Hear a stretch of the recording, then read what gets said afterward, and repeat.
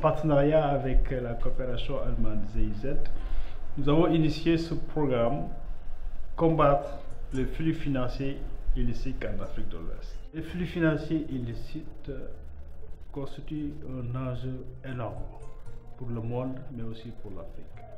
Pour le monde, parce qu'il justifie quelque part les mécanismes qui permettent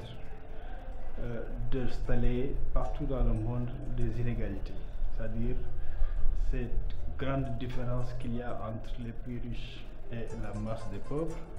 qui fait que finalement 1% des populations dans le monde détiennent autant que 6,9 millions de personnes. Et l'autre aspect, c'est que c'est des enjeux de développement pour l'Afrique. Les défis majeurs aujourd'hui de développement en Afrique sont liés à ces flux financiers illicites,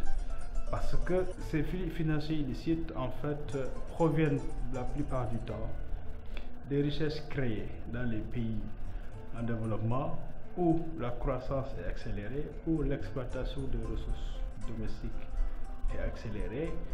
et que des mécanismes, notamment par la fiscalité, donc à travers les transactions commerciales,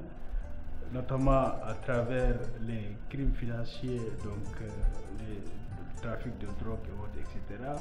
notamment à travers la corruption, font de sorte que ces pays riches en ressources naturelles où la valeur est créée, donc perdent énormément de ces flux qui vont ailleurs. Ailleurs, et souvent en passant par les paradis fiscaux. Alors ces flux représentent à peu près, et c'est même sûrement plus que ça, mais 88,6 milliards de dollars par an qui quittent l'Afrique pour aller vers sous d'autres cieux. Voyez-vous, cela veut dire quoi? Cela veut dire que l'Afrique finalement n'a même pas besoin de l'aide publique au développement pour évoluer. Parce que l'aide publique au développement en même temps ne représente pas plus de 48 milliards de dollars. Quand même les investissements directs étrangers,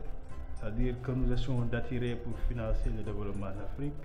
ne font pas plus de 54 milliards de dollars. Nous avons décidé d'interpeller et de mobiliser les citoyens africains pour qu'ils comprennent d'abord les enjeux,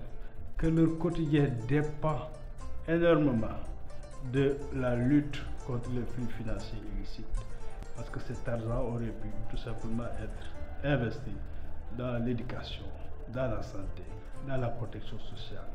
dans l'agriculture, dans l'industrialisation en Afrique pour permettre le plein emploi et éviter à ce que les jeunes soient obligés aujourd'hui de se mettre dans des barques de fortune pour aller mourir dans l'océan Atlantique. Voilà un peu ce que justifie ce projet que nous avons lancé, qui commence par la formation de plus d'une cinquantaine de journalistes et blogueurs.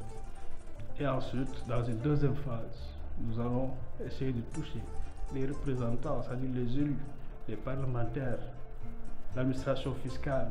pour davantage les accompagner et les renforcer dans la connaissance,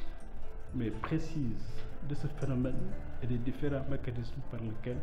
donc, ces flux sont en train de passer pour saisir le continent africain.